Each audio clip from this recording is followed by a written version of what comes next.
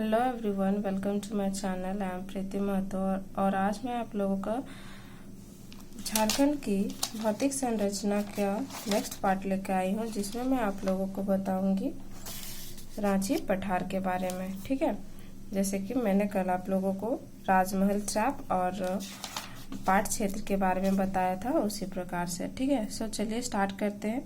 मैंने पहले ही आप लोगों को मैप में बता दिया है कि ये है रांची का पठार, जिसकी ऊंचाई औसत ऊंचाई 650 मीटर और यहाँ का जलवायु जो है सुखद प्रकार का होता है।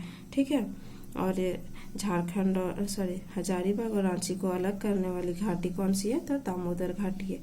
ठीक है, जो कि एक दूसरे के पैरेलल है। ओके, सो चलिए स्टार्ट करते हैं। रांची का पठार झारखंड के मध्य भाग में स्थित है। ओके, इस पठार में रांची एवं खूंटी जिले आते हैं। रांची पठार और पाट क्षेत्र के बीच 12वें का मैदान है, जैसे कि मैंने आप लोगों को मैप में दिखाया था। ठीक है, ये है पाट का क्षेत्र और ये है रांची का पठार, और इसके बीच में जो है वो उसी को मैंने बताया था 12वें का मैदान, जो कि तसरी नुमा आकार का है। ओके, सो रांची पठार और पाट क्षेत्र के बीच 12वें का मैदान स्थित है, जिसका आकार तसरी नुमा है। रांची पठार के उत्तर में दामोदर घाटी फैली हुई है। दामोदर घाटी रांची का पठार और हजारीबाग पठार को एक दूसरे से अलग करती है। ठीक है, रांची पठार का आकार चौकर है। इसकी उत्तरी भाग को उत्तरी एस्कार्पमेंट, दक्षिणी भाग को दक्षिण एस्कार्पमेंट एवं बीच वाले हिस्से को मध्यवर्ती भाग के नाम से जाना जाता है। मध्यवर्ती भाग दो प्रकार के भूमि में बटा हुआ है, पहला टोंड एंड दूसरा डोंड। ओके, टोंड का मतलब होता है ऊपर वाला भाग। मान लो कोई पहाड़ है, ठीक है, इस टाइप का, तो इसका जो ऊपर वाला भाग होता है उसको टोंड बोलते हैं, और जो नीचे वाला भाग होता है उसको दोन बोलते हैं। ओके, सो इसका प्रतिशत कितना है, तो 40:60। टोन का है 40 एंड दोन का है 60। ओके, सो चलिए आगे चलते हैं। रांची पठार का वह क्षेत्र जो पश्चिम बंगाल की ओर फैली हुई है, वह क्षेत्र मोरबान कहलाती है। जैसा कि मैंने आप लोग को मैप में दिखाया था, जो इसे बाउंड्री वाला लाइन था उसको इस टाइप से मैंने बताया था, वो था मोरबान। ओके, मोरबान का क्षेत्र और वेस्ट बंगाल के पठार को अलग करने वाली रेखा को कंटूर रेखा कहते हैं के नाम से जानी जाती है। ठीक है, जैसे कि मैंने बताया था, इसको इस वाले लाइन को हम लोग कंटूर रेखा और इस वाले क्षेत्र को मोरबान बोलते हैं। ठीक है,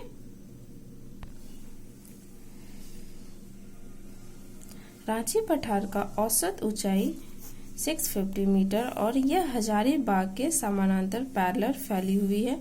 रांची पठार की जलवायु सुखद प्रकार की है मानी जाती है, क्योंकि इस क्षेत्र में लू जैसी गर्म हवा ना के बराबर चलती है। ओके, और रांची पठार में औसत वार्षिक वर्षा होती है कितना, 160 सेंटीमीटर। ओके, रांची पठार को हजारीबाग पठार से अलग करने वाला क्षेत्र उत्तरी एस्कार्पमेंट के नाम से जाना जाता है, जबकि रांची पठार को कोल्हान क्षेत्र से अलग करने वाला क्षेत्र दक्षिणी एस्कार्पमेंट के नाम से जाना जाता है। ओके, रांची पठार से जैसे जैसे पश्चिम से पूर्व की ओर जाते हैं, इसका ढाल कम होते जाता है। इसका न्यूनतम ढाल नुमा क्षेत्र जो रांची पठार को पश्चिमी बंगाल को जोड़ती है, मोरबान क्षेत्र के नाम से जाना जाता है।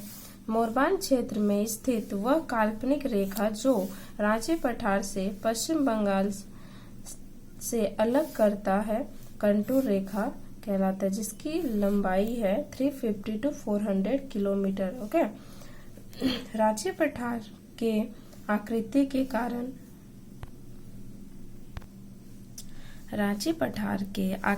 कारण यहाँ से बहने वाली नदियां जल प्रपात या झरनों का निर्माण करती है। ठीक है, इसलिए रांची को जलप्रपातों या झरनों का शहर कहा जाता है। इस क्षेत्र की मुख्य फसल धान है। ओके, अब आता है हम लोग का चौथा पॉइंट, जो कि है चाईबासा। ठीक है, चाईबासा का ये जो क्षेत्र है ये यहाँ पे ओके, झारखंड के मैप में उसके ऊपर, जिसको हम लोग रांची पठार के नीचे एक क्षेत्र आता है जिसको हम लोग पंच परगना का मैदान कहते हैं। ठीक है, उसके नीचे है चाईबासा, जिसको मैप में दर्शाया गया है। सो इस यहाँ पे है मैप, चाईबासा के ऊपर नॉर्थ साइड में कोल्हान और नहीं, एक मिनट, चाईबासा का जो है ये क्षेत्र है वो यहाँ से लेकर इतना पूरा फैला हुआ है। ठीक है, और जो मैंने ये पंच परगना का मैदान बताया, ये पंच परगना नाम इसलिए पड़ा है क्योंकि वहाँ पे 5 जिले हैं। ठीक है, तो वो कौन कौन से? बुंडू, तमाड़, सिली, सोनाहातू एंड राहे। ओके, और यहाँ पंच परगना जो है वो उसका अपना अलग भाषा और अलग रीति रिवाज होता है। ठीक है, सो चलिए देखते हैं आगे।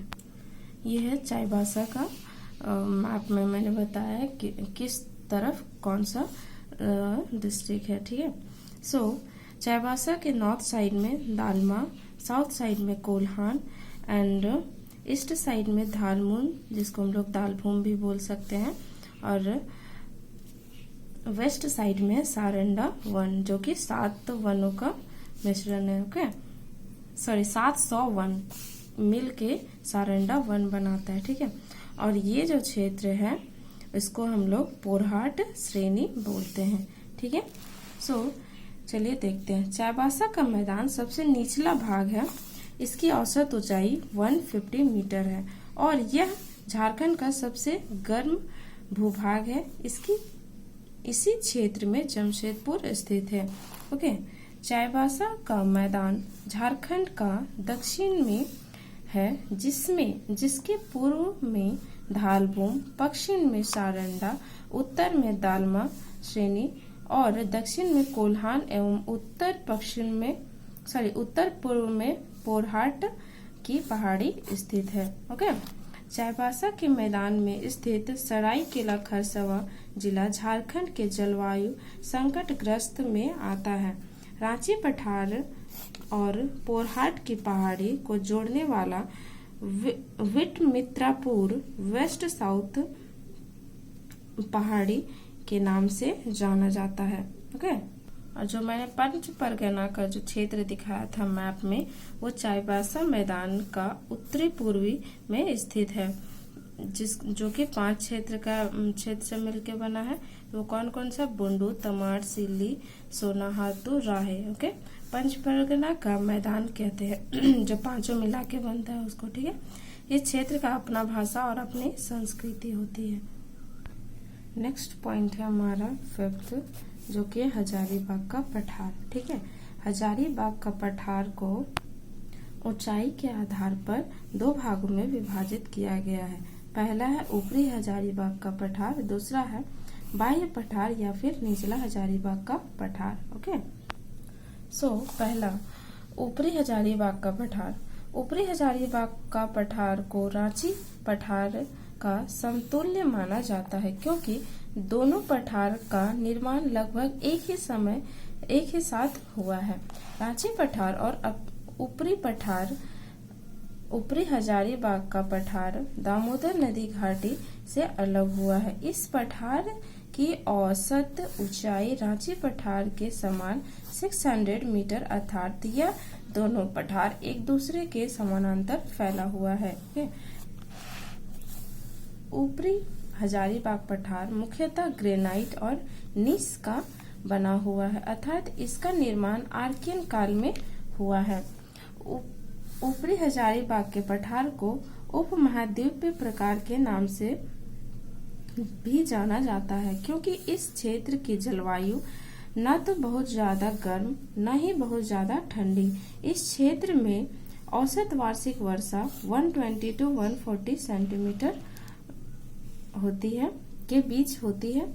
इस क्षेत्र में झारखंड की सर्वोच्च चोटी पारसनाथ शिखर या सममेध शिखर, जिसकी ऊंचाई 1365 मीटर है, वो स्थित है।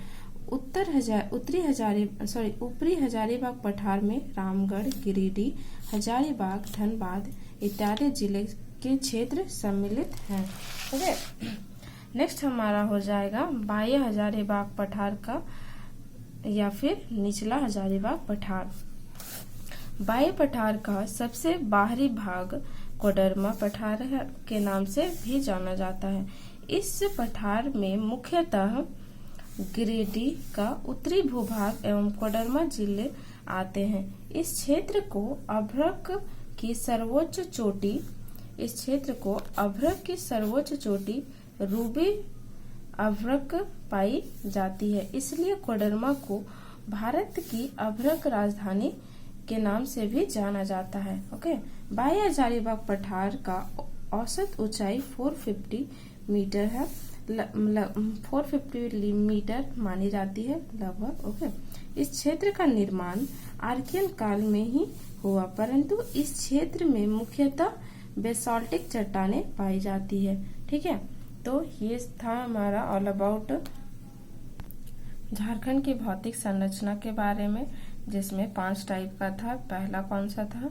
पाट क्षेत्र, दूसरा था राजमहल चाप, थर्ड इज रांची का पठार, फोर्थ इज हजारीबाग क्षेत्र एंड फिफ्थ इज चाईबासा क्षेत्र। ओके, सो आज के लिए इतना ही। Thank you so much guys. अगर वीडियो आप लोगों को अच्छा लगे, समझ में आए, तो लाइक एंड सब्सक्राइब करें और अपने दोस्तों के साथ शेयर करें। और अगर आप कुछ भी पूछना चाहते हैं या फिर कुछ भी जानना चाहते हैं तो कमेंट करके मुझे कमेंट सेक्शन में बता सकते हैं। Thank you so much.